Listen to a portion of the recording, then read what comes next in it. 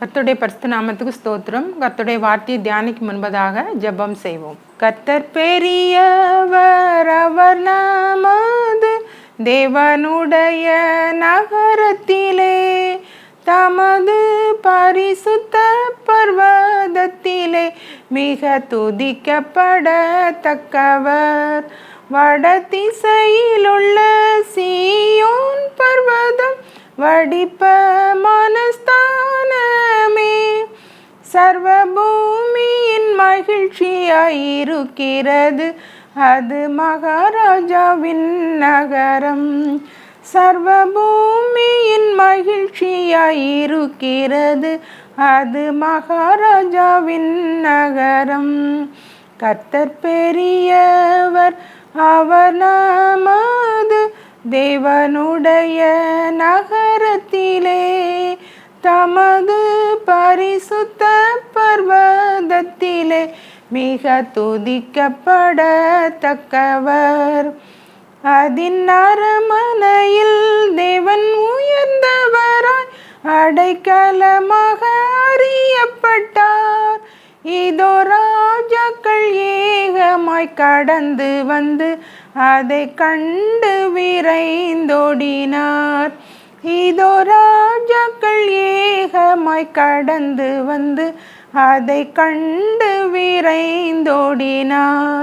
கர்த்தர் பெரியவர், அவர் நமது தேவனுடைய நகரத்திலே, தமது பரிசுத்த பர்வதத்திலே மிக துதிக்கப்படத்தக்கவர். இந்த இயேசு தேவன் என்றென்றும் உள்ள சதா காலமும் நமது தேவன். மரண பரியந்தம் நம்மை நடத்திடுவார், நித்திய மகிமையில் சேர்த்திடுவார். மரண பரியந்தம் நம்மை நடத்திடுவார், நித்திய மகிமையில் சேர்த்திடுவார். கர்த்தர் பெரியவர், அவர் நமது தேவனுடைய நகரத்திலே, தமது பரிசுத்த பர்வதத்திலே மிக துதிக்கப்படத்தக்கவர். அல்லேலூயா. ஸ்தோத்திரம் ஆண்டவரே, ஸ்தோத்திரம் தோத்திரம் தோத்திரம் ஆண்டவரே. இந்த வேளையிலும் உம்முடைய வார்த்தையை தியானிக்கும்படியாக நீர் தந்த கிருபைக்காக உமக்கு ஸ்தோத்திரம் ஆண்டவரே. ஏசப்பா, உம்மை துதிக்கிறோம். நீர் பெரியவர் ஆண்டவரே. ஏசப்பா, உலகம் முழுவதையும் ஆண்டவரே ஏசப்பா உம்முடைய வார்த்தையினாலே சிருஷ்டித்தீர் ஆண்டவரே. எங்களையும் ஆண்டவரே உம்முடைய கைகளினாலே ஆண்டவரே சிருஷ்டித்து ஆண்டவரே ஏசப்பா இந்த உலகத்திலே எங்களை வைத்திருக்கிறீர் ஆண்டவரே. தாயின் கருவிலே எங்களை தெரிந்து கொண்டு ஆண்டவரே உம்முடைய பிள்ளைகளாக இம்மட்டும் வாழ கிருபை செய்தீர். இன்னமும் தாங்கி வழிநடத்த வல்லமையுள்ள தேவனாக இருக்கிறீர். இப்பொழுதும் நாங்கள் தியானிக்கிற வசனம் ஆண்டவரே எங்களுக்கு பிரயோஜனமாக இருக்கவும், உம்முடைய நாமம் மகிமைப்படவும், அநேகர் உம்மை ஏற்றுக்கொண்டு உம்முடைய பிள்ளைகளாய் வாழவும் கர்த்தர் கிருபை பாராட்டும்படியாக ஜெபிக்கிறோம். இயேசு கிறிஸ்துவின் நாமத்தினாலே ஜெபிக்கிறேன், ஜீவனுள்ள நல்ல பிதாவே, ஆமென். இந்த நாளிலும் நாம் தியானிக்கும்படியாக கொடுக்கப்பட்ட தலைப்பு இயேசு பெரியவர். இயேசு பெரியவர். லூக்கா 1 அதிகாரம் 32 சொல்லுகிறது. தேவதூதன் மரியாளிடத்தில் சொன்ன காரியம் இது. ஆண்டவர் பிறக்கும்போது அந்த காரியத்தை ஆண்டவர் மரியாளுக்கு தேவதூதன் மூலமாக சொன்னார், காபிரியல் தூதன் மூலமாக. இயேசு எப்படி இருப்பாராம்? அவர் பெரியவராய் இருப்பார், உன்னதமானவருடைய குமாரன் எண்ணப்படுவார். லூக்கா 1 அதிகாரம் 32 அவர் பெரியவராய் இருப்பார், உன்னதமானவருடைய குமாரன் எண்ணப்படுவார். He will be great and he will be the son of the most high. most highனா உன்னதமானவருடைய குமாரன். அதனால தான் அவர் பெரியவராய் இருப்பார். அந்த இயேசு பெரியவர்ங்கிற தலைப்பில் தான் நம்ம இந்த நாளில் தியானிக்க இருக்கிறோம். இயேசு எப்படி பெரியவர், எதனால பெரியவர் அப்படின்னு பார்த்தீங்கன்னா, பிலிப்பியர் 2 அதிகாரம் 5-11 நீங்கள் பார்த்தீங்கன்னா, அவர் தேவனுடைய ரூபமாயிருந்தும் தேவனுக்கு சமமாயிருப்பதை கொள்ளையாடின பொருளாக எண்ணாமல் தம்மை தாமே வெறுமையாக்கி அடிமையின் ரூபம் எடுத்து மனுஷர் சாயலானார். அவர் மனுஷ ரூபமாய் காணப்பட்டு மரண பரியந்தம், அதாவது சிலுவையின் மரண பரியந்தம் தம்மை தாமே தாழ்த்தினார். அந்த சிலுவை மரணத்துக்கு தன்னை தாழ்த்தினார். அதனால தேவன் அவரை எல்லாவற்றிற்கும் மேலாக உயர்த்தி வானோர் பூதலத்தோர் பூமியின் கீழானோருடைய முழங்கால் யாவும் முடங்கும்படிக்கும் தேவனுக்கு மகிமை உண்டாக கிறிஸ்து தேவனுடைய குமாரன் என்று நாவுகள் யாவும் அறிக்கையிடும்படிக்கு இவ்வளவு பெரிய நாமத்தை அவருக்கு கொடுத்தார். அவருக்கு இணையான நாமம் கிடையாது, அவருக்கு மேலான நாமம் கிடையாது. இயேசு அப்படிங்கிற நாமம் மரியாள்கிட்ட அந்த தேவதூதன் வந்து அப்படி தான் சொன்னான், அவருக்கு இயேசு என்று பெயரிடுவாயாக அப்படின்னு சொன்னான். அப்படி இயேசுங்கிற நாமத்துக்கு ரொம்ப வல்லமை உண்டு. அதைத்தான் அறியாமல் நம்மெல்லாம் நம்மளுடைய விசுவாசம்லாம் மனுஷர் மேலேயும் வேண்டாத காரியங்கள் மேலேயும் இருக்கிறது. பொருளாசை, மற்ற மனிதர்களுடைய அதிகாரம், அதெல்லாம் பயன்படுத்தி நம்ம அதன் மேலே தான் நம்ம விசுவாசம் வைத்திருக்கிறோமே ஒழிய ஆண்டவர் மேலே, இயேசு கிறிஸ்து மேலே நமக்கு அந்த நம்பிக்கையும் இல்லை, விசுவாசமும் இல்லை. அதனால தான் நம்ம அற்புதங்களையும் அதிசயங்களையும் பெற்றுக்கொள்ளாமல், ஆசீர்வாதங்களை பெற்றுக்கொள்ள முடியாமல் இருக்கிறோம் என்பதை இந்த நாளில் எடுத்து சொல்ல விரும்புகிறேன். இந்த விசுவாசம் இல்லாமல் தேவனுக்கு பிரியமாக இருப்பது கூடாத காரியம். 2 நாளாகமும் 16 20 வரைக்கும் உள்ள வசனங்களை, 14 16 வரைக்கும் உள்ள வசனங்களை நீங்கள் வாசித்து பார்த்தீங்கன்னா, அதில் ஆசாங்கிற ஒரு ராஜா யூத கோத்திரத்தை ஆளுகை செய்து வந்தான். அந்த ஆசா ராஜா முதல்ல வந்து ஆண்டவருடைய காரியமாக நல்ல செம்மையானவைகளை தான் செய்தான். ஆண்டவர் மேலே ரொம்ப நம்பிக்கையாக இருந்தான். நல்லா எல்லாம் சுற்றிலும் நல்லா அமைதியாக இருந்தது, யுத்தமே இல்லாமல் இருந்தது. அதனால அவன் வந்து பெரிய காரியங்களெல்லாம் செய்தான். யுத்த வீரர்களெல்லாம் பலப்படுத்தினான். அப்புறம் வந்து நிறைய நகரங்களை கட்டினான், அதுக்கு தாழ்பாள்கள்லாம் போட்டான். அப்படியே நல்லா செய்து கொண்டிருந்தான். அந்த நேரத்தில் எத்தியோப்பியா ராஜா அவனுக்கு விரோதமாக வந்தான். அவனுக்கு 10 லட்சம் காலாட்கள் இருந்தாங்க, யுத்த வீரர்கள் இருந்தாங்க. இவங்கிட்ட வெறும் 5 லட்சம் வீரர்கள் தான் இருந்தாங்க. அப்போ அவன் ஆண்டவரை நோக்கி கூப்பிடுறான், ஆண்டவரே, பலனுள்ளவனுக்காகிலும் பலனற்றவனுக்காகிலும் உதவி செய்கிறது உமக்கு லேசான காரியம். எங்களுக்கு என்ன செய்யணும்னு தெரியல, நீர் தான் எங்களுக்காக யுத்தம் செய்யணும்னு சொல்லி ஆண்டவர் மேலே ஒரு விசுவாசத்தோடு இருந்தான் பாருங்க. அதனால ஆண்டவர் வந்து அந்த 10 லட்சம் காலாட்களையும் முறிந்தோடி போக கிருபை செய்தார். அதனால அவங்களுக்கு பெரிய வெற்றி கிடைத்தது. அவங்க திரும்ப அதுக்கப்புறம் இந்த ஆசா ராஜாவுக்கு விரோதமாக வரவே இல்லை. 35 வருஷம் நல்ல அமைதலாக இருந்தது. அதற்கு பிறகு அவன் என்ன செய்தான் அப்படின்னா, கர்த்தருக்கு பிரியமானதை செய்து கொண்டு வந்தாலும் அவனுக்கு ஆண்டவர் மேலே கொஞ்சம் விசுவாசம் கொஞ்சம் தள்ளாடிட்டு. இஸ்ரவேல் ராஜா பாஷா வந்து இந்த யூதா ராஜாவுக்கு விரோதமாக வந்தான். வந்து அவனுக்கு விரோதமாக அவன் அந்த வழியாக வரக்கூடாது அப்படிங்கிறதுக்காக ராமாங்கிற ஒரு பட்டணத்தை கட்டிக்கிட்டு இருந்தான். உடனே இவன் வந்து ஆண்டவரை நோக்கி கூப்பிடாம சீரியா ராஜாவை கூப்பிடுறான், எனக்கு உதவி செய்யணும்னு சொல்லி அரண்மனையிலையும் தேவாலயத்திலும் உள்ள பொண்ணு வெள்ளி எல்லாம் எடுத்து கொடுத்து, நீர் எப்படியாவது இந்த இஸ்ரவேல் ராஜாவை என்னை விட்டு போக வைக்கணும் அப்படின்னு சொன்னோன்னா அவனும் வந்தான். இஸ்ரவேல் ராஜாவும் ராமாங்கிற பட்டணத்தை கட்டுறதை விட்டுட்டான். அப்படி ஆண்டவர் வந்து மனுஷன் மூலமாகவும் அவனுக்கு வந்து உதவி செய்தார். இருந்தாலும் அவன் வந்து ஆண்டவர் மேலே நம்பிக்கை வைக்காமல் இப்படி தான் அந்த ராஜா மேலே நம்பிக்கை வச்சதுனால ஆண்டவர் திரும்ப திரும்ப அவனுக்கு வந்து சோதனைகள் வரத்தான் செய்துச்சு. அவனுக்கு விரோதமாக படைகள், யுத்த வீரர்கள் வரத்தான் செய்தாங்க. சீரியா ராஜா கையில் ஆண்டவர் அவங்கள ஒப்பு கொடுத்தாரு. கடைசியாக சாகிற நேரத்துலேயும் 2 வருஷம் அவன் வந்து தன்னுடைய கால்களில் வீக்கம் கொண்டு, அந்த காலில் இருக்க வீக்கம் வந்து கடுமையாக இருந்தது. அந்த நேரத்துலேயும் அவன் வந்து தேவனை தேடாமல் பரிகாரிகளை தேடினான். இதே போல தான் உங்களுக்கும் வியாதிகள் வரும் பொழுது நீங்கள் ஆண்டவர் மேலே விசுவாசம் வைக்காமல் பரிகாரிகளை தேடுறீங்க, டாக்டர்ஸை தேடுறீங்க. ஆனால் டாக்டர்ஸ் வந்து சரியான ட்ரீட்மெண்ட் கொடுக்கணுன்னா நீங்கள் வந்து ஜெபம் பண்ணணும். நீங்கள் ஆண்டவர் மேலே விசுவாசம் வைக்கணும். ஆண்டவரே, எனக்கு ட்ரீட்மெண்ட் கொடுக்குற டாக்டர் வந்து நல்ல முறையில் எனக்கு கொடுக்கணும், என்னுடைய நோய் என்னன்னு சொல்லிக்கிறத நான் சரியானபடி டயக்னோஸ் பண்ணணும் அப்படின்லாம் நம்ம வந்து ஜெபித்து ஆண்டவர் மேலே விசுவாசம் வைத்து நம்ம போகணும். ஏன்னா பிணியாளிகளுக்கு வைத்தியன் வேண்டும், அதனால் நம்ம வைத்தியர்கிட்ட போகிறோம். ஆனால் அவங்க ஒழுங்கான ட்ரீட்மெண்ட் கொடுக்கணும். எத்தனை பேருக்கும் ட்ரீட்மெண்ட் தவறாக கொடுத்து அவங்க இருக்கிற பலத்தையும் இழந்து போன, இல்லைன்னா மரித்து போன ஒரு சூழ்நிலையை நம்ம பார்க்குறோம். பிரியமானவர்களை, கர்த்தர் மேலே உங்கள் விசுவாசத்தை வைங்க. இந்த எரேமியா 32 அதிகாரம் 27 வசனம் சொல்லுகிறது, நான் மாம்சமான யாவருக்கும் தேவனாகிய கர்த்தர், என்னால் செய்யக்கூடாத அதிசயமான காரியம் ஒன்று உண்டோ அப்படின்னு கேட்குறாரு. அதனால் நம்ம வந்து ஆண்டவர் மேலே விசுவாசம் வைக்கணும். அவர் தான் நம்மளுடைய கர்த்தர், நம்மளுடைய தேவன், நம்மை உருவாக்கினவர். அதனால் நம்ம அவர் மேலே விசுவாசம் வைத்து அவர்கிட்ட நம்ம கேட்டோன்னா எல்லாத்தையும் நமக்கு தருவார். உங்கள் பிள்ளைகளுக்கு நல்ல படிப்பு வரலையா, ஆண்டவர் நல்ல ஞானத்தை கொடுப்பாரு. நீங்கள் ஆண்டவர் மேலே விசுவாசம் வைத்து ஜெபம் பண்ணுங்க. அவங்களுக்கு படித்து முடிச்சிருக்காங்க, படிப்புக்கேற்ற வேலை கிடைக்கலையா, அதற்காக ஜெபம் பண்ணுங்க. ஆண்டவர் மேலே விசுவாசம் வைங்க. பிள்ளைகளுக்கு திருமணம் ஆகலையா, அந்த திருமணத்துக்காக நீங்கள் ஜெபம் பண்ணுங்க. ஆண்டவர் கொண்டு வருவார். நீங்கள் எங்கேயும் அலைய வேண்டாம். ஈசாக்குக்கு பெண்ணை ஆண்டவர் கொண்டு வந்தாரா, அதே போல் ஆண்டவர் உங்களுக்கு உங்கள் பிள்ளைகளுக்கு திருமணத்தை ஏற்படுத்தி தருவார். ஏற்ற துணையை கொடுப்பார். நம்ம இஷ்டம் போல் நம்ம மனுஷரை நம்பி, புரோக்கரை நம்பி, இந்த இதெல்லாம் திருமண தகவல் நிலையத்தை இதெல்லாம் நம்ம நாடி போய் அதன் மூலமாக நம்மளுக்கு என்ன கிடைக்குது, சில சமயங்களில் நல்ல வாய்ப்புகள் இல்லை. ஏற்ற துணை இல்லாததுனால 2-3 நாளையே பிரிஞ்சு போயிடுறாங்க. இந்த மாதிரி சூழ்நிலைகள்லாம் வராமல் இருக்கணும்னு நம்ம ஜெபம் பண்ணணும். திருமணமாகி பல ஆண்டுகள் ஆயிற்று, குழந்தை இல்லை அப்படின்னு சொன்னீங்கன்னா நீங்கள் என்ன செய்யணும், அதற்காக ஜெபம் பண்ணணும். நம்மளுடைய விசுவாசம் ஆண்டவர் மேலே இருக்கணும், மனுஷர் மேலே இருக்கக்கூடாது. கப்பர்நகூமில் இயேசு கிறிஸ்து ஊழியம் செய்யும் பொழுது நிறைய பேர் அவர்கிட்ட வந்தவங்களுக்கெல்லாம் ஆண்டவர் சுகம் கொடுத்தார். ஆனாலும் நிறைய பேருக்கு விசுவாசம் இல்லை. அவங்கெல்லாம் இவர் என்ன தச்சனுடைய குமாரன் தானே, இவர் யார், இவங்க சகோதரர்களாம் நம்ம கூட இருக்காங்களே அப்படின்லாம் சொல்லி ஆண்டவருடைய வல்லமையை அவங்க குறைச்சி எண்ணினாங்க. ஆண்டவர் மேலே அவங்களுக்கு விசுவாசம் இல்லை. அவர் தேவனுடைய குமாரன், உன்னதமானவருடைய குமாரன் அப்படிங்கிறத அவங்க நினைக்கல.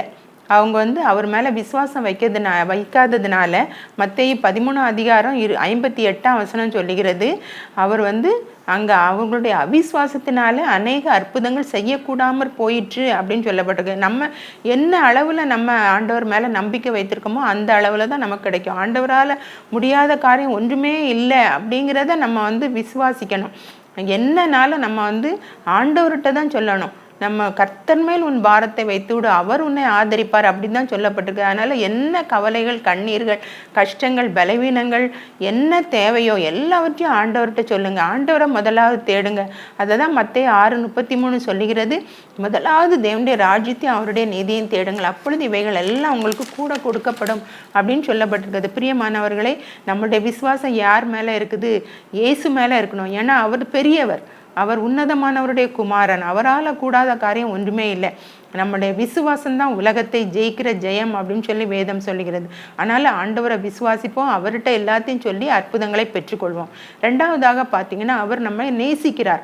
யோவான் 3:16 சொல்லுகிறது, தேவன் தம்முடைய ஒரே பேரான குமாரனை விசுவாசிக்கிறவன் எவனோ அவன் கெட்டு போகாமல் நித்திய ஜீவனை அடையும்படிக்கு அவரை தந்தருளி இவ்வளவாய் அன்பு கூர்ந்தார். முதலாவது நம்ம அவர்கிட்ட விசுவாசமாக இருக்கணும். அடுத்தது நம்ம அவரை அன்பு கூறணும். அவர் நம்மிடத்துல அன்பு கூர்ந்தார், அதனால் நாமும் அவரிடத்துல அன்பு கூறணும். அப்படி நம்ம அன்பு கூறும்போது அவர் சொல்கிறாரு, என் பிதா என் வசனத்தை ஏற்றுக்கொள்வான், ஒருவன் என்னில் அன்பாயிருந்தால் அவன் என் வசனத்தை ஏற்றுக்கொள்ளுவான், அவனிடத்துல என்னுடைய பிதாவும் அன்பாயிருப்பார், நாங்கள் அவனோட வாசம் பண்ணுவோம் அப்படின்னு சொல்லப்பட்டிருக்கு. அப்போ ஆண்டவர் நமக்குள்ள வாசம் பண்ணும் பொழுது நமக்கு என்ன இருக்கும்? ஆசீர்வாதங்கள் இருக்கும். நம்ம யாரையும் தேடி போக வேண்டாம். ஆண்டவரே நமக்கு ஆட்களை கொண்டு வர, நமக்காக தூதர்களை அனுப்புவார். அது மனுஷர் மூலமாகவும் இருக்கலாம், யார் மூலமாகவாவது இருக்கலாம், எப்படி ஆகிலும் இருக்கலாம்.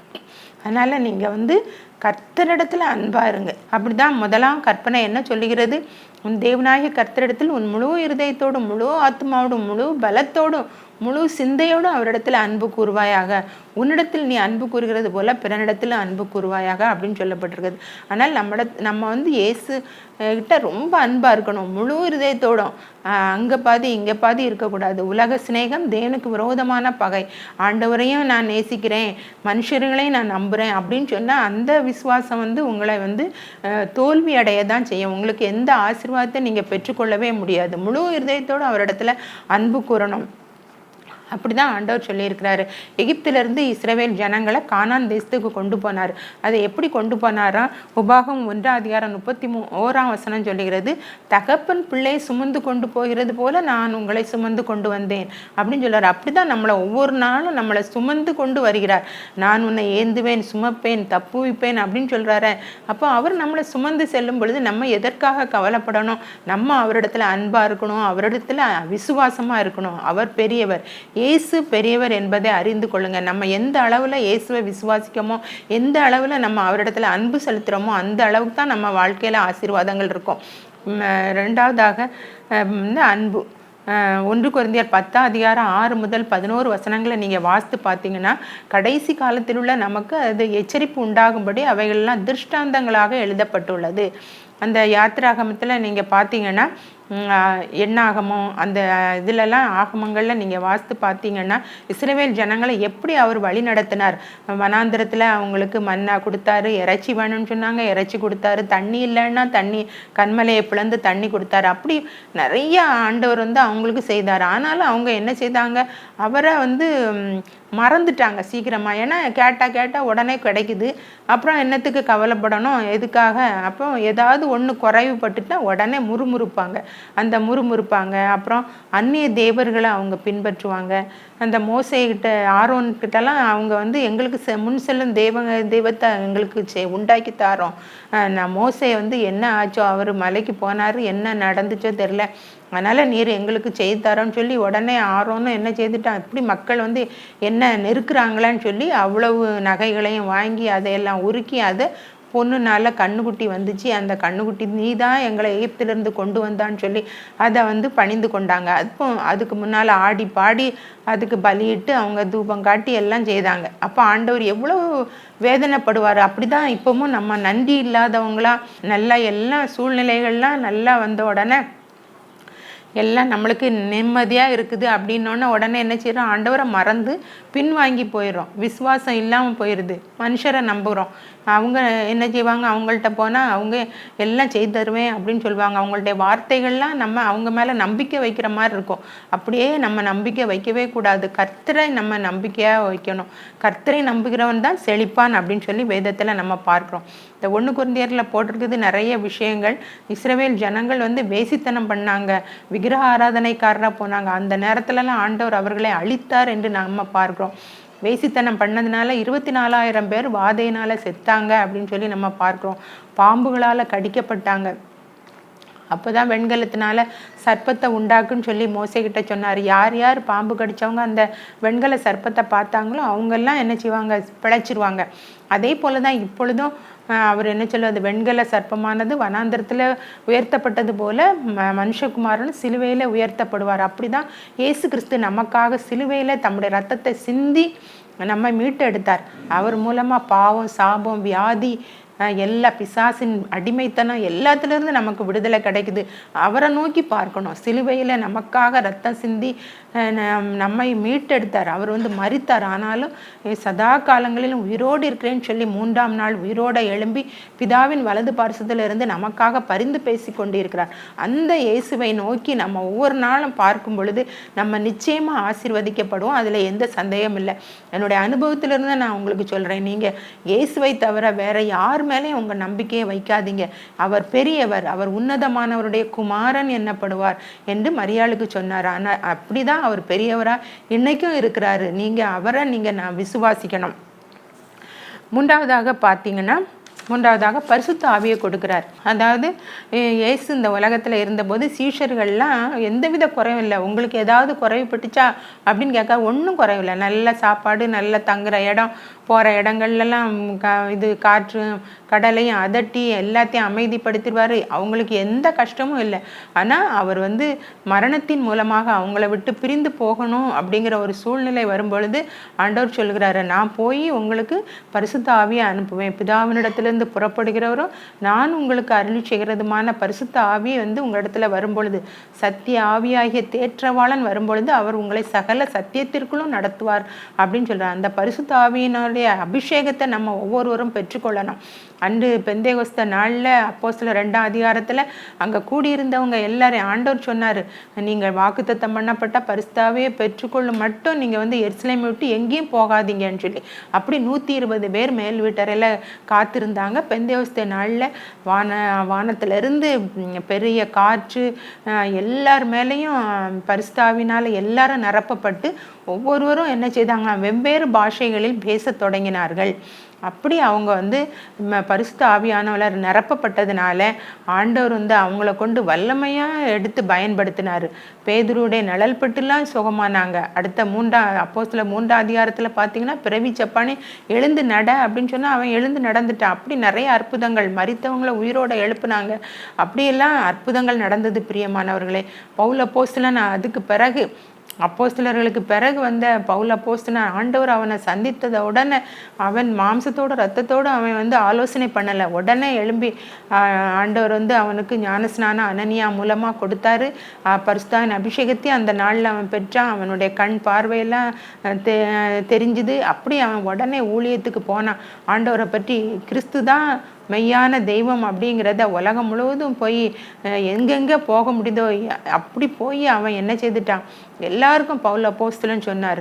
அதே போல் இன்னைக்கு உங்களை ஆண்டவர் சந்திக்கிறார். நீங்கள் ஆண்டவருடைய சமூகத்தில் காத்திருந்து இந்த பரிசுத்தாவின் அபிஷேகத்தை பெற்றீங்கன்னா நீங்கள் பலன் அடைவீர்கள். அப்படி தான் அப்போஸ்தலர் 1:8 சொல்லுகிறது, நீங்கள் பலனடைந்து எருசலேமிலும் யூதேயாவிலும் பூமியின் கடைசி பரிந்தும் எனக்கு சாட்சிகளாக இருப்பீர்கள் அப்படின்னு சொல்லப்பட்டிருக்கு. அப்போ நம்ம சாட்சிகளாக இருப்போம். நம்ம இயேசு கிறிஸ்துவை நம்ம வெளிப்படுத்துவோம். இயேசு கிறிஸ்து நம்ம மூலமாக செயல்படுகிறார். இயேசு கிறிஸ்து சொல்லியிருக்கிறார், என்னை விசுவாசிக்கிறவன் நான் செய்கிற கிரியைகளை தானும் செய்வான், இவைகளை பார்க்கிலும் பெரிய காரியங்களை செய்வான் அப்படின்னு சொல்லப்பட்டிருக்கிறது. அதனால் நம்ம அவரை விசுவாசித்தோன்னா, அவர் மேலே அன்பாக இருந்தோன்னா, இந்த பரிசுத்தாவின் அபிஷேகத்தையும் நம்ம பெற்றோன்னா இயேசு பெரியவர் என்பதுக்கு நம்ம சாட்சிகளாக இருப்போம். நம்ம போகிற இடங்கள்லாம் ஆண்டவர் வந்து பெரிய காரியங்களை செய்வார். செய்ய முடியாத காரியங்கள்லாம் ஆண்டவர் நம் மூலமாக செய்து அவருடைய நாமத்தை மகிமைப்படுத்துவார். நாம் பெற்ற நன்மைகளை நம்ம மற்றவங்களுக்கு சொல்லும் பொழுது அவங்க இயேசுவின் மேலே விசுவாசம் வைப்பாங்க. ஆண்டவர் வந்து சீக்கிரமாக வரப்போகிறேன்னு சொல்கிறாரு. அவருடைய வருகைக்கென்று நம்ம ஆயத்தப்படணும், மற்றவங்களையும் ஆயத்தப்படுத்தணும். அவர் வந்து மத்தேயுல போட்டிருக்குது. மத்தேயு 12ஆம் அதிகாரத்தில் 6ஆம் வசனம் சொல்லுகிறது, இயேசு வந்து எப்படிப்பட்டவரா, தேவாலயத்திலும் பெரியவர். அவர் தேவாலயத்திலும் பெரியவர். அவருக்கு வானம் அவருக்கு சிங்காசனம், பூமி அவருக்கு பாதப்படி. அந்த பாதப்படியில் தான் நம்ம இருக்கிறோம். அந்த பெரிய தேவனை சும்மா ஒரு ஆலயத்துக்குள்ளே வைத்து நம்ம ஆலயத்தில் வச்சு நம்ம தொழ முடியாது. அவர் வந்து எங்கேருந்து கூப்பிட்டாலும் நமக்கு வந்து செவி கொடுக்கிற தேவனாக இருக்கிறார். அதனால் தேவாலயத்திலும் அவர் பெரியவர் அப்படின்னு சொல்லப்பட்டிருக்கிறது. ரெண்டாவதாக பார்த்தீங்கன்னா மத்தேயு அதே 12ஆம் அதிகாரம் 41ஆம் வசனம் சொல்லுகிறது, அவர் யோனாவிலும் பெரியவர். யோனா என்ன செய்தான், நினிவே மக்களுக்கு ஆண்டவர் வந்து போய் பிரசங்கம் பண்ணு, இன்னும் 40 நாட்கள் உண்டு, அவங்க வந்து அவங்களுடைய பாவம் வந்து என்னுடைய சமூகத்தில் எட்டிட்டுது, நான் அவங்கள அழிப்பேன்னு சொல்லு அப்படின்னு சொன்னால் அவன் என்ன செய்தான், தர்ஷீஸுக்கு கப்பல் ஏறி அந்த கப்பலுக்கு கூலி கொடுத்து ஏறினான். ஆண்டவருக்கு கீழ்ப்படியாமல் நம்ம போனோன்னா அங்கே வந்து என்ன நடக்குது, நம்ம பணம் கொடுத்து தான் என்ன செய்யணும், செலவழித்து தான் நம்ம வந்து போகணும். ஆண்டவருடைய சமூகத்தை விட்டு விலகி போனான். அங்கே கடலுக்குள்ளே கப்பலில் ஏறினான்னா கடல் ஒரே கொந்தளிப்பு, பெருங்காற்றை ஆண்டவர் அனுப்புனார். அப்படி தான் நம்ம ஆண்டவருக்கு கீழ்ப்படியாமல் போகும் பொழுது அங்கே எவ்வளவு கஷ்டங்கள்லாம் வருது அப்படின்னு பாருங்கள். அப்போது அங்கே கப்பலில் பிரயாணம் செய்தவங்களாம் சொல்கிறாங்க, ஏன் இவன் தூங்குறான் நல்ல நிம்மதியாக, ஆண்டவர் விடமாட்டார். நம்ம ஆண்டவருக்கு கீழ்ப்படியலையா சில சிக்ஷைகளை தந்து நம்மளை ஆண்டவர் பக்கமாக திருப்புவார். அதனால் தகப்பன் தான் நேசிக்கிற புத்திரனை சிக்ஷிக்கிறது போல ஆண்டவரும் நம்மளை என்ன செய்வார், சிக்ஷிப்பார். அப்போ சோதனைகள் வரும்பொழுது நம்ம கலங்கக்கூடாது. ஆண்டவரே என்னிடத்துல என்ன குறை உண்டு, நான் என்ன பாவம் செய்தேன், அந்த பாவத்தை எனக்கு காட்டும். இல்லைன்னா நமக்கு அறிந்தே நம்ம சில பாவங்களை செய்வோம். அப்போ ஆண்டவர்கிட்ட அறிக்கையிட்டு நம்ம ஆண்டவரோட மனம் திரும்பி நான் இனிமேல் அப்படி செய்ய மாட்டேன் ஆண்டவரே அப்படின்னு சொல்லி நம்ம ஆண்டவர்கிட்ட நம்மளை ஒப்பு கொடுத்தோன்னா ஆண்டவர் வந்து பெரிய காரியங்களை நம்முடைய வாழ்வில் செய்வார். அதே போல தான் யோனாவும் தன்னை ஒப்பு கொடுத்தான். அப்போ அங்கே போய் என்ன செய்தான், சுவிசேஷத்தை அறிவித்தான். ஆண்டவர் வந்து அந்த மக்கள் வந்து என்ன செய்தாங்க, மனம் திரும்பினாங்க. அதே போல் ஆண்டவர் வந்து நம்மளை வந்து கொண்டு பயன்படுத்த போகிறார். அப்போ நம்ம அந்த பயன்படுத்துறதுக்கு நம்ம என்ன செய்யணும், கீழ்ப்படியணும். நம்மளுடைய கர்த்தருடைய வார்த்தைகளை நம்ம வந்து சுவிசேஷமாக அறிவிக்கணும். ஆண்டவர் நம்ம வாழ்வில் செய்த அதிசயங்கள் அற்புதங்களை மற்றவங்களுக்கு சொல்லும்போது அவங்களும் இயேசுவண்டை வருவாங்க. பிரியமானவர்களே, அதுக்கு தான் நம்மளை ஏற்படுத்திருக்காரு. இந்த யோனாவிலும் பெரியவர் இயேசு கிறிஸ்து. அவனால் ஆண்டவருக்கு கீழ்ப்படியலை, ஆனால் இயேசு கீழ்ப்படிந்து தன்னை மரணத்துக்கு ஒப்பு கொடுத்தார். அவருடைய மரணத்தினால நமக்கு வந்து என்ன உண்டாகிறது, ஜெயம் உண்டாகிறது. மரணமே உன் கூரெங்கே, பாதாளமே உன் ஜெயம் எங்கே என்று சொல்லி ஆண்டவர் வந்து நம்மளுக்கு ஜெயத்தை தந்தார். அதுதான் வெளிப்படுத்தின விசேஷம் 3ஆம் அதிகாரம் 21ஆம் வசனம் சொல்லுகிறது, ஜெயம் கொள்ளுகிற நான் ஜெயம் கொண்டு பிதாவின் வலது பாரசத்தில் வீட்டிருக்கிறது போல ஜெயம் கொள்கிறவன் எவனோ அவனும் என்னோடு கூட சிங்காசனத்தின் வீட்டிற்கும்படி அருள் செய்வேன் அப்படின்னு சொல்லப்பட்டிருக்கிறது. அதனால் நாம் இந்த உலகத்தில் பாவத்தை ஜெயிக்கணும், சாபத்தை ஜெயிக்கணும், வியாதியை ஜெயிக்கணும், எல்லாவற்றிலிருந்து நம்மளுக்கு ஜெயம் கொடுக்கறதுக்கு இயேசு கிறிஸ்து வல்லவராக இருக்கிறார். பிசாசின் பிடியிலிருந்து, பிசாசினால் இன்னைக்கு போராட்டம் இருக்குதா, உங்களுக்கு வீட்டில் பிரிவினைகள் இருக்குதா, இதெல்லாம் பிசாஸ் தான் பிரிவினையை கொண்டு வருவான். அப்படி தான் ஆதாம் ஏவாளையும் என்ன செய்தான், அவன் ஆண்டவரை விட்டு பிரிய வச்சுட்டான். அவரு இந்த பழத்தை புசிக்காதீங்கன்னு சொன்னால் அதை புசிச்சான். அதனால் ஆண்டவருக்கும் அவனுக்கும் இருக்கிற ஐக்கியம் என்ன செய்யிட்டு பிரிஞ்சு போயிட்டு, ஆண்டவர் பார்க்குறதுக்கு வாராரு, நீ எங்கே இருக்கான்னு சொன்னால் நான் ஒழிச்சிட்டு இருக்கேன் அப்படின்னு சொல்கிறான். அப்படி தான் நம்ம பாவம் செய்தால் ஒழிக்க தான் செய்யணும், நம்மளை ஆண்டவரை விட்டு பிரிச்சிருவான். அதனால் இந்த பிசாசுக்கெல்லாம் இடம் கொடுக்கக்கூடாது, அவனுக்கு எதிர்த்து நிற்கணும். அதுக்கு நம்ம பரிசுத்தாவின் அபிஷேகத்தை பெறணும். பரிசுத்தாவின் அபிஷேகம் சகல சத்தியத்திற்குள்ளும் நம்ம நடத்தும், பாவத்தை குறித்தும் நீதியை குறித்தும் நியாய தீர்ப்பை குறித்தும் கண்டித்து உணர்த்தும். பிரியமானவர்களே, அந்த பரிசுத்தாவியை நம்ம எப்படியாவது காத்திருந்து பெற்றுக்கொள்ள வேண்டும் என்று ஆண்டவர் இந்த நாளில் உங்களை சொல்லுறாரு. நம்ம ஆண்டவர் மேலே விசுவாசமாக இருக்கணும், ஆண்டவர் மேலே அன்பாக இருக்கணும், ஆண்டவருடைய பரிசுத்தாவியை நம்ம பெற்றுக்கொள்ளணும். அப்போ தான் நம்ம ஆண்டவரோடு ஐக்கியமாக இருக்கணும். இல்லைன்னா ஒரு வெறுமையான ஒரு வாழ்க்கை தான் இருக்கும். சும்மா ஏதோ கிறிஸ்தவன் பைபிள் வாசிக்கணும், ஜெபம் பண்ணணும், அப்படி அதோடு நம்ம விட்டுருவோம். ஆனால் அந்த பரிசுத்தாவியானவர் நமக்குள்ளே வரும்பொழுது சகல சத்தியத்திற்குள்ளும் நடத்துவார். படிப்பே நமக்கு நல்லா இருக்கும்.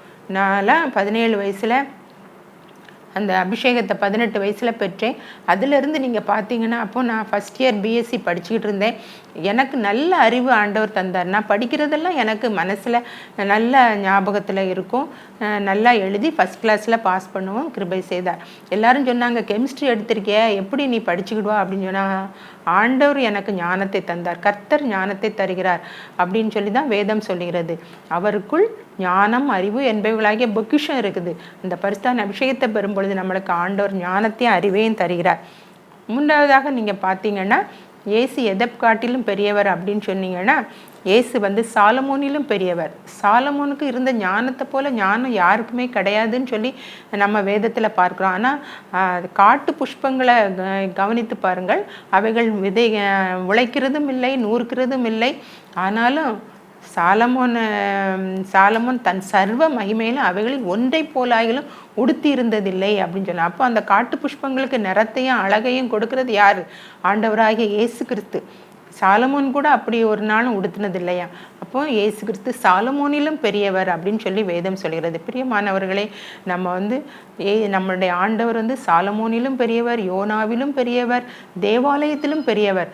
அப்போ நம்ம அந்த பெரிய தேவனை நம்ம இரட்சகராக ஏற்றுக்கொள்ளணும். அப்போஸ்தலர் 4:12 சொல்லுகிறது, அவராலே என்று வேறொருவராலும் ரட்சிப்பில்லை, நாம் ரட்சிக்கப்படும்படிக்கு மனுஷர்களுக்குள்ளே அவருடைய நாமமே இல்லாமல் வேறே நாமம் கட்டளையிடப்படவில்லை. அவருடைய நாமம் தான் உயர்ந்தது, இணையான நாமம் இல்லை, மேலான நாமமும் கிடையாது. அதனால் பிரியமானவர்களை, இந்த நாளில் நீங்கள் உங்களை ஒப்பு கொடுங்க. அப்போஸ்தலர் 17:30 அதைத்தான் சொல்கிறது, அறியாமையுள்ள காலங்களை தேவன் காணாதவர் போல இருந்தால் இப்பொழுதோ மனம் திரும்ப வேண்டும் என்று எங்கும் உள்ள மனுஷர் எல்லாருக்கும் கட்டளையிடுகிறார். அதனால மனம் திரும்புங்க, இயேசு கிறிஸ்து மெய்யான தேவன் என்பதை அறிக்கையிடுங்க, அநேகரை ஆயத்தப்படுத்துங்க. பரலோக ராஜ்யத்துக்கு நம்ம எல்லாம் பங்குள்ளவங்களா இருக்கணும். இயேசு கிறிஸ்து சீக்கிரமா வரப்போகிறார். அதற்குள்ளாக மனம் திரும்பி அவருக்கேற்ற பரிசுத்தத்தோடு வாழ வேண்டும் என்று ஆண்டவர் இந்த நாளில் உங்களுக்கு கட்டளையிடுகிறார். இயேசு பெரியவர், அவர் பெரியவராக இருப்பார், உன்னதமானவருடைய குமாரன் எண்ணப்படுவார். எங்களை அதிகமாக நேசிக்கிற அன்பின் பரலோக பிதாவே, இந்த அருமையான வேலைக்காக நன்றியோடு கூட உம்மை ஸ்தோத்திரிக்கிறேன், துதிக்கிறேன் ராஜா. இந்த நாளிலும் ஆண்டவரே இயேசப்பா, உம்முடைய வார்த்தையை தியானிக்கும்படியாக, நீர் பெரியவர் என்பதை அறிந்து கொள்ளும்படியாக ஒரு சூழ்நிலையை எங்களுக்கு தந்தீர். அதற்காக உமக்கு ஸ்தோத்திரம். என்ன பிரச்சனையாக இருந்தாலும் ஆண்டவரே அவங்க உம்மை நோக்கி கூப்பிடும் பொழுது நீங்கள் அற்புதம் செய்து உம்முடைய நாமத்தை மகிமைப்படுத்தும். எல்லாவற்றையும் உம்முடைய கரத்திலே தாழ்த்தி ஒப்பு கொடுக்கிறேன். இயேசு கிறிஸ்துவின் வல்லமுள்ள நாமத்தினாலே ஜெபிக்கிறேன், ஜீவனுள்ள நல்ல பிதாவே, ஆமென்.